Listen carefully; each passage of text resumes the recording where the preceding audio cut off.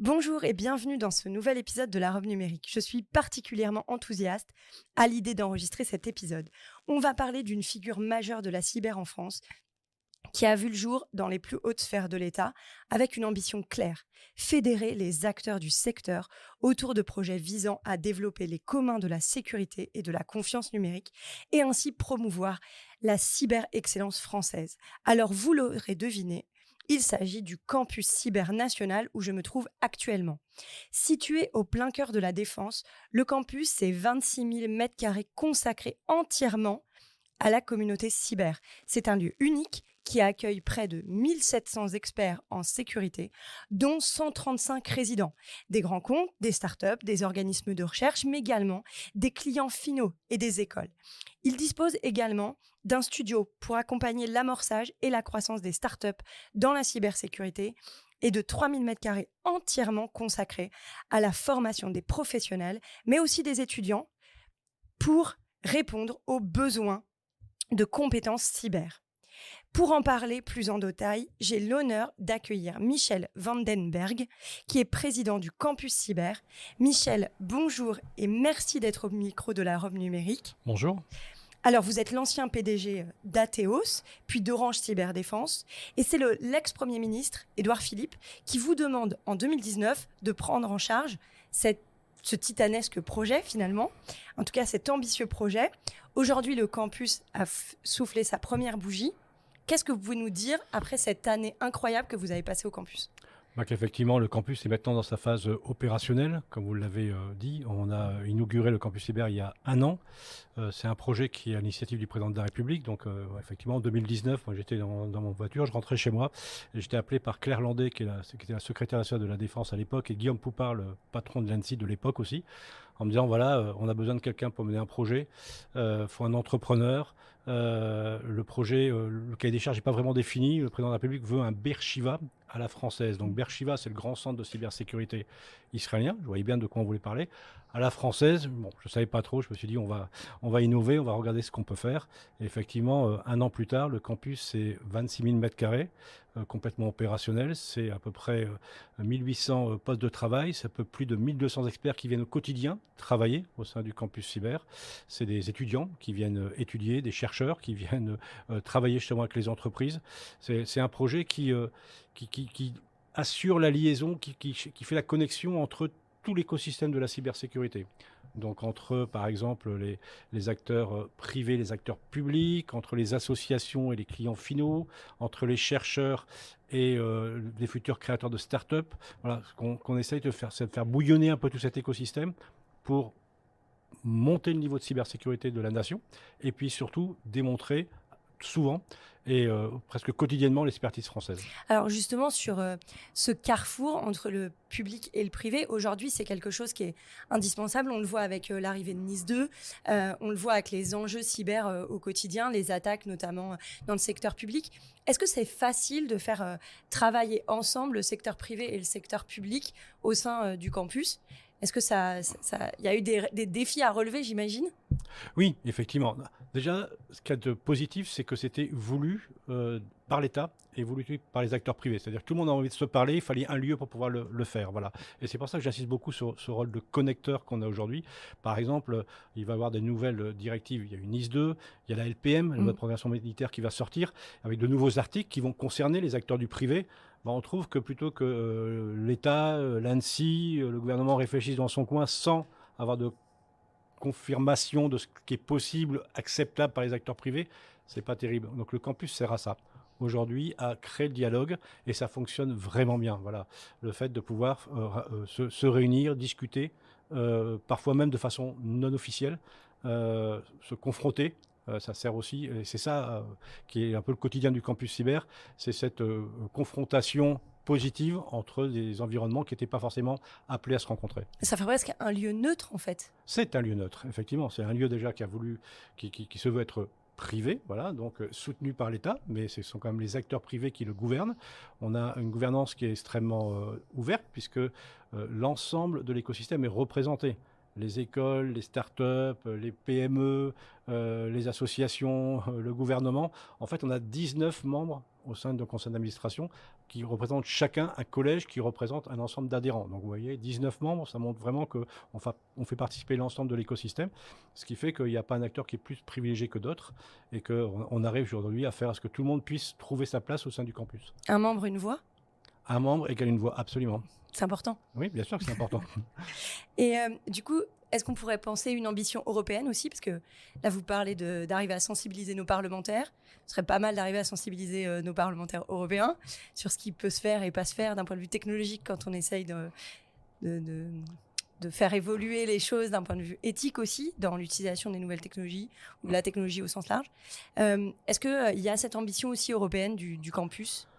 Il fallait créer une première, voilà. Et je suis très fier que ce soit la France qui l'ait réalisé et on a énormément de visites d'acteurs européens, mais aussi américains, internationaux, qui viennent voir ce qu'ont réussi à réaliser les Français.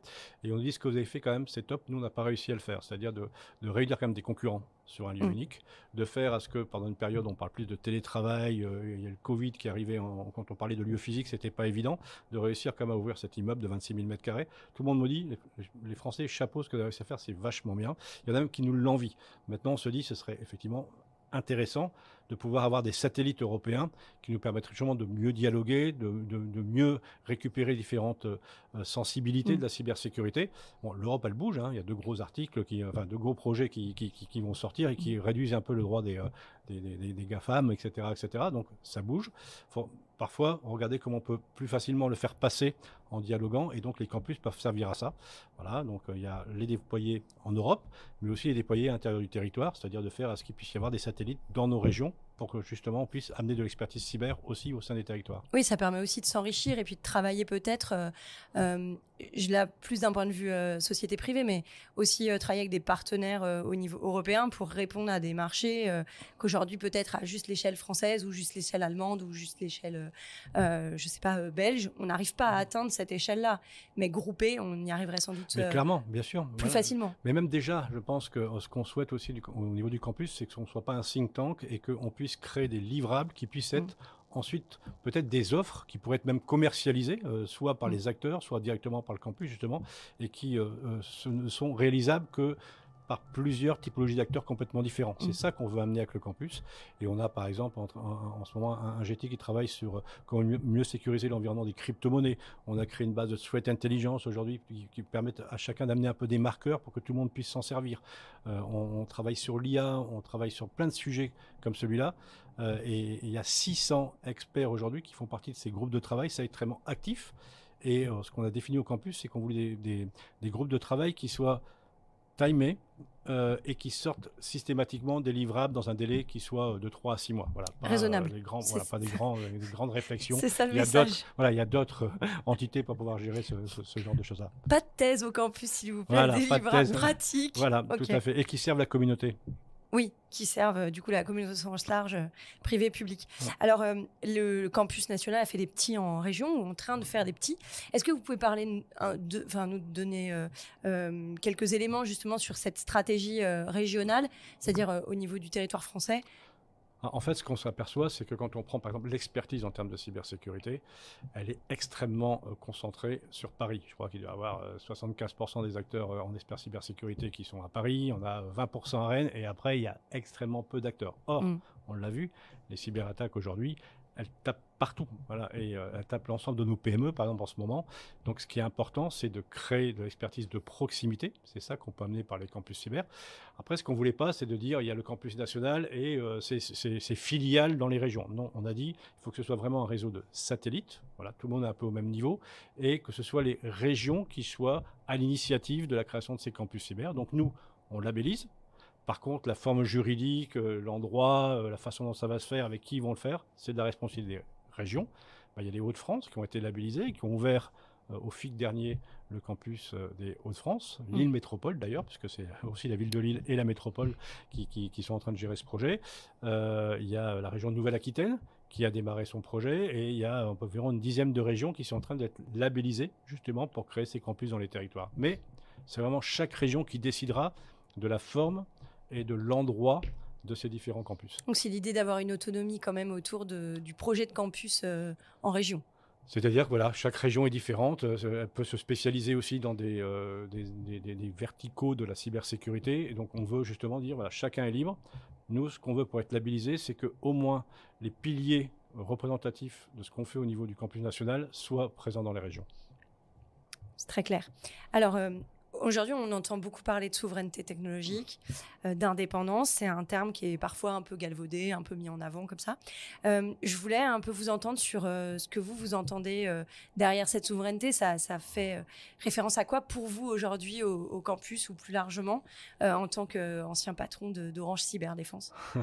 Je pense que Orange Cyberdéfense, voilà, c'est déjà un acteur européen et, voilà, et qui peut amener un peu de souveraineté, justement, c'est déjà voilà, assez intéressant. Moi, mon point, c'est quand on parle de souveraineté, il y a plusieurs, on va dire, verticaux dans la souveraineté. Il y a la souveraineté des infrastructures. Donc, enfin, bon, là, il faut dire les choses très clairement. Aujourd'hui, les infrastructures IT, on peut se la raconter tant qu'on veut, c'est 80% américain et 20% chinois. Voilà. Et on l'a vu d'ailleurs pendant les périodes un peu compliquées. Quand on parle de souveraineté, il y a aussi une souveraineté d'approvisionnement. Et quand il y a eu un peu des problèmes d'approvisionnement pendant le Covid, on a bien vu qu'on n'était pas les premiers à être servis. Voilà. Donc ça, il faut qu'on travaille là-dessus, mais c'est un problème industriel. Et je pense qu'il faut qu'on recrée une industrie IT en Europe, mais ça prendra quelques années. Ensuite, on va retrouver la souveraineté des données. Et je pense que là, effectivement, il faut mener le combat en disant attention, les données, c'est l'or noir aujourd'hui de l'IT. Il faut faire absolument attention à ce qu'on partage, comment on le partage, et faire à ce que nos données puissent rester sur le territoire européen. Et je pense que justement, ça va dans le cadre des lois qui sont mises en place par Thierry Breton aujourd'hui. Puis ensuite, il y a la souveraineté des talents. Et je pense que c'est là-dessus que je me bats, moi. C'est important de pouvoir savoir garder nos talents. Et aujourd'hui, qu'est-ce qu'on voit ? On a de très bons ingénieurs en France, tellement bons qu'ils sont très souvent sollicités par les boîtes internationales. Voilà. Et on voit qu'on a beaucoup de mal à lutter. Les salaires ne sont pas les mêmes, les stock options, enfin, tout ce qui est proposé par les boîtes américaines est très difficile à être mis en œuvre par les sociétés françaises. Donc il faut qu'on en forme plus.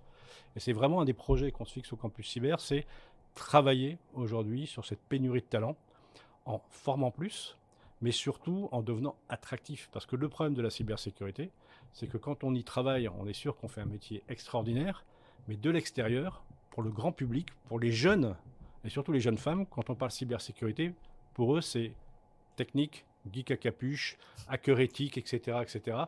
Et ils se disent, c'est pas pour nous.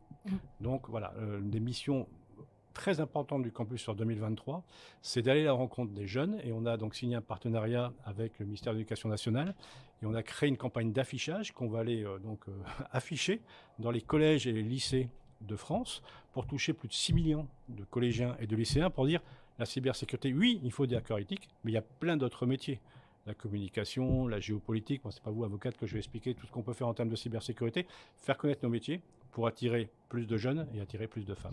Oui, donc c'est l'idée quand même qu'il faut un peu vulgariser ce qu'est la cyber au sens large, les différents métiers, mais aussi peut-être les valeurs qu'il y a derrière. C'est-à-dire que là, en fait, garder des talents, vous évoquiez le fait qu'on achète nos talents, mais il y a plein de dirigeants aujourd'hui à qui je parle qui disent « mais moi… je veux pas être vendu parce que ce qui m'anime moi, c'est le sens de ce que je fais et donc j'ai pas envie de partir. Et donc pour moi, c'est aussi la question d'un point de vue politique de qu'est-ce qu'on offre comme projet de société, qu'est-ce qu'on va offrir comme projet autour de ce qu'est pour nous la souveraineté ou la cyber ou l'indépendance, indépendance cyber. Qu'est-ce qu'on offre comme différentes options face à ces stock options, face à ces valises de dollars aujourd'hui qui en fait ne donnent pas de sens. Mais je suis à 100% d'accord avec vous, il faut donner un rôle sociétal et c'est ça qu'il faut expliquer. Moi, j'ai toujours dit aujourd'hui, les acteurs cyber, on est les casques bleus du numérique parce qu'effectivement, on défend aujourd'hui un patrimoine informationnel. On a le droit que de défendre, on n'a pas le droit de contre-attaquer. C'est exactement comme les casques bleus. Ils défendent un territoire, mais ils ne vont pas attaquer en disant tiens, on va les attaquer, comme ça on sera tranquille. Voilà. Donc c'est vraiment le rôle qu'il faut faire endosser à l'ensemble de ces acteurs cyber, en disant voilà, on a un rôle qui a beaucoup de sens, et c'est ça qu'il faut exprimer. Et nous, on l'a vu, moi j'étais à la rencontre de lycéens dans les lycées techniques. en disant qui veut faire cybersécurité. Vous connaissez le métier de la cybersécurité? Mais alors vraiment personne. Quand j'ai expliqué notre métier, ce qu'on avait fait quand on a été travailler pour pouvoir justement défendre les hôpitaux, remettre en place justement le système d'information de telle entreprise ou de telle administration, etc., etc.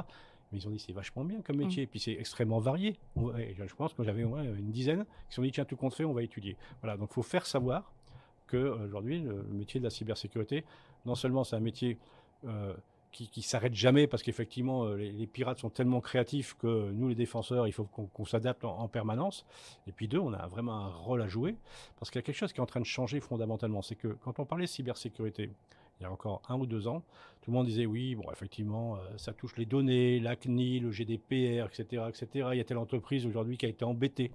Maintenant, c'est bien plus compliqué que ça. Ouais, maintenant, c'est-à-dire que ça touche la vie réelle. Voilà. Ouais. C'est-à-dire que quand on voit qu'un gars, parce qu'une personne a cliqué sur un pauvre lien de phishing, on ne sait plus faire fonctionner une IRM, une radio dans un hôpital, et on doit déplacer des malades, ça touche la vie de tous les jours. Quand on voit que ça peut bloquer des systèmes de production, des usines pendant plusieurs jours, ça touche vraiment la vie de nos concitoyens. Donc c'est ça qui est en train de changer, mais c'est ça aussi qui est un peu le danger. Si on ne forme pas beaucoup plus d'experts, effectivement, on laissera des gens sur le côté, parce qu'il y aura plein d'incendies qui vont se déclarer et pas de pompiers pour les éteindre. Oui, et puis ça touche aussi à titre individuel le nombre de fois où on a des tentatives de phishing sur notre téléphone portable, la récupération de données, l'achat d'identité sur Internet. Aujourd'hui, c'est un fléau qui permet de créer des comptes en ligne, créer des prêts. Et vous vous réveillez un matin, vous êtes Banque de France et vous ne savez pas pourquoi, et ce n'est pas vous qui avez signé. Mais bien sûr, voilà. Donc ça, on l'a vu sur le vol d'identité numérique. C'est très difficile quand on s'est fait voler son identité, de la récupérer et de prouver que ce n'est pas soi qui a pris le crédit. Mais ils sont vraiment extrêmement créatifs pour récupérer de l'argent. Vous avez vu, à un moment, c'était dans les boîtes aux lettres. On récupérait le récépissé comme quoi on avait reçu un recommandé. Et on cliquait sur le flash code et ça demandait des informations. Pour délivrer le papier. Voilà. On a vu maintenant, ils mettent des PV sur les voitures, des faux PV. Des faux PV. C'est extraordinaire. Des faux QR codes. Avec des faux QR codes, voilà. Donc voilà, ils sont extrêmement créatifs. Il faut qu'on s'adapte. Voilà, c'est ça qui est aussi passionnant dans notre métier, c'est que c'est un métier dans lequel on est sans cesse remis en question au niveau technologique. Adapté et formé à l'esprit critique, parce que finalement, c'est... Oui, et puis voilà, puis se dire, voilà, ils sont capables de tout. Oui, c'est vrai qu'ils sont capables de tout. En fait, ils s'adaptent aux brèches, quelles qu'elles soient, en fait. Ils s'adaptent aux vulnérabilités. Et je pense que c'est ça le vrai problème de la cybersécurité aujourd'hui, c'est qu'effectivement, dès qu'il y a une nouvelle technologie, dès qu'il y a une nouvelle application qui arrive, elles ont toujours quelques vulnérabilités, et ces vulnérabilités sont systématiquement utilisées par les pirates. Voilà, donc la vraie solution pour la cyber, c'est ce qu'on appelle le secure by design, c'est-à-dire que les solutions qui sortent soient complètement aujourd'hui blindées au niveau cybersécurité. Là, il n'y aura plus d'attaque. Sauf que ça, même si on démarrait aujourd'hui, c'est dans 15 ans que ça pourra fonctionner. Donc en attendant, qu'est-ce qu'on fait? Ce qu'on fait, c'est qu'on essaie de détecter le plus tôt possible qu'il y a des attaques, etc. etc. Et on a plein de très très belles sociétés en France qui font ça extrêmement bien. Il faut les mettre en avant, c'est le rôle du campus. On a reçu plus de 300 délégations internationales, 30 délégations internationales. Ce qui est déjà pas mal. Voilà, au sein du campus depuis son ouverture. Et à chaque fois, on leur a fait rencontrer des sociétés, des pépites françaises aujourd'hui. Et à chaque fois, ça a généré du business ou ça a permis de closer du business avec des sociétés internationales. Ça, on en est fiers. Ce qui est quand même indispensable pour faire continuer à croître nos PME, petites et nos plus grosses entreprises. Voilà. Et quand on parlait justement de s'ouvrir vers l'Europe, c'est ce qu'on veut faire. C'est-à-dire de dire, ce qui serait extraordinaire, c'est qu'on puisse avoir des campus implantés en Europe et que dans chaque campus, il y ait des délégations d'entreprises qui se partagent, c'est-à-dire de mettre des entreprises françaises en Allemagne pour qu'elles puissent attaquer le marché allemand et inversement recevoir des sociétés allemandes qui ont des technologies qu'on n'a pas en France pour pouvoir qu'elles puissent attaquer le marché français. C'est un peu ça qu'on voudrait essayer de créer. Améliorer le niveau chez tout le monde en fait. Oui, et puis partager. Alors justement, c'est une de vos valeurs, le partage. J'avais noté sur le campus. Je voudrais qu'on parle quelques secondes de votre parcours, parce qu'il est quand même assez atypique. J'ai vu dans un article que vous aviez fait un grand chelem au lycée, et on n'en parle pas souvent, des parcours des grands hommes ou des grandes femmes entrepreneurs. On est souvent sur des gens qui ont eu plein de diplômes, qui ont des parcours presque un peu classique, et vous, c'est pas le cas. Et donc, je voudrais que vous nous racontiez en quelques minutes, si vous pouvez, ce parcours un peu incroyable, parce que vous aviez pas l'air d'un super élève à l'école. Non, pas vraiment. J'étais un bon élève, mais asymptomatique, on va dire. Voilà, donc c'était un peu... ouais, effectivement, j'ai un des rares à avoir le grand chelem, c'est-à-dire 2 secondes de première de terminale. C'est pas mal. Voilà, pour échouer lamentablement au baccalauréat. Donc voilà, mes parents ont été convoqués, désespérés. On leur dit, vous savez, votre fils, je le dis avec beaucoup d'humour, à part flic, je vois pas trop ce qu'il peut faire. Quoi. Voilà, donc je me suis dit, qu'est-ce qu'on... On les embrasse. On les embrasse, voilà. Donc c'est vraiment de l'humour. Hein. Mais ce que je vais exprimer, c'est qu'ensuite, donc on m'a dit, bah écoute mon gars, il faut que tu fasses ton service militaire, parce qu'à l'époque, 60 balais, on faisait le service militaire. Et là, je suis rentré par hasard aux chiffres, où j'ai appris justement tout ce qui était chiffrement pour passer donc les informations entre le centre de commandement et les opérations. Ça m'a passionné parce que là aussi effectivement il faut être habile pour pouvoir justement créer des codes qui soient inviolables et puis essayer de violer les codes des autres. Voilà, donc et c'était le début de l'IT. C'est comme ça qu'en revenant, bah voilà, je me suis dit il faut que je me débrouille pour faire une formation dans le numérique. Je suis rentré dans le numérique et puis voilà, après l'histoire a suivi. J'ai eu le courage de créer une société de la cybersécurité en 2000. C'était beaucoup moins glamour qu'aujourd'hui. Je l'ai revendu à Orange. Chez Orange, j'ai réussi à convaincre les managers d'Orange de créer une marque, Orange Cyberdéfense, de rassembler tout ce qui était expertise cyber d'Orange au sein de cette marque. Ça faisait à peu près 100 millions en 2014. Ça doit faire 1 milliard, je pense, l'année prochaine. Voilà, c'est une belle réussite et c'est sympa, voilà, et le partage, c'est important. Vous savez, quand j'étais justement à l'école, je me rappelle, quand j'étais en primaire, il y a un instituteur qui avait dit, il a réuni tous les enfants de la classe, et il avait dit, on va prendre une boule, et dans la boule, chacun va ramener un cadeau qu'il a ramené de sa maison, et on va mettre le cadeau dans la boule, et vous allez mettre le nom d'un copain sur la boule. Ok ? Tout le monde a mis son copain, donc pour que tout le monde soit servi, etc. Il a acheté toutes les boules dans le couloir, et il a dit, vous avez 1 minute pour récupérer votre boule. Et effectivement, au bout d'1 minute, il y avait un élève qui avait récupéré sa boule. Il a dit maintenant, on va faire la même chose, sauf que dès que vous trouvez une boule, vous l'amenez à celui à laquelle il est destiné. En 1 minute, tout le monde avait récupéré sa boule. Ça montre que quand on se met au service des autres, on va beaucoup mieux et on va beaucoup plus loin. Et plus vite, du coup. Et plus vite. Alors, on arrive à la fin du podcast. J'ai envie de vous demander à quoi vous avez envie de dire non aujourd'hui. Moi, j'ai envie de dire non à partir à tout ce qui, aujourd'hui, dans la cybersécurité, met en danger la vie. Voilà, moi je dis non aux attaques sur les hôpitaux, par exemple, parce que ça, je trouve ça vraiment lamentable et facile. Voilà, effectivement. Donc ça pour moi, c'est vraiment. Je me dis oui, faire de l'argent facile. Enfin, ils font ce qu'ils veulent et puis chacun a sa moralité. Je pense quand même que quand on est un groupe, même le plus mafieux possible, savoir qu'on va toucher des vies humaines et parfois peut-être même des gens de sa propre famille. On ferait mieux de tout de suite redonner les clés et d'arrêter. Voilà, ça pour moi c'est vraiment un truc, il y a des limites à pas passer, même pour l'argent. Et à quoi avez-vous envie de dire oui ? À quoi j'ai envie de dire oui ? Moi j'ai envie de dire oui à tout ce qu'on pourrait faire aujourd'hui au niveau de retrouver cette souveraineté européenne, voilà. Et cette souveraineté, enfin j'insiste beaucoup sur les talents parce que en créant le campus cyber, j'ai rencontré plein de boîtes, j'ai rencontré plein d'experts, plein d'ingénieurs, on est extrêmement bons.